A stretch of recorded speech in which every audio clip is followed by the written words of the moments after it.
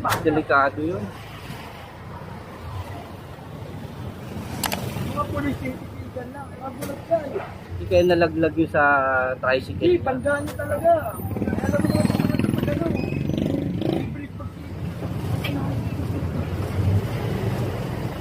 Tricycle? But, ano yung elementary, high school? walang bagay.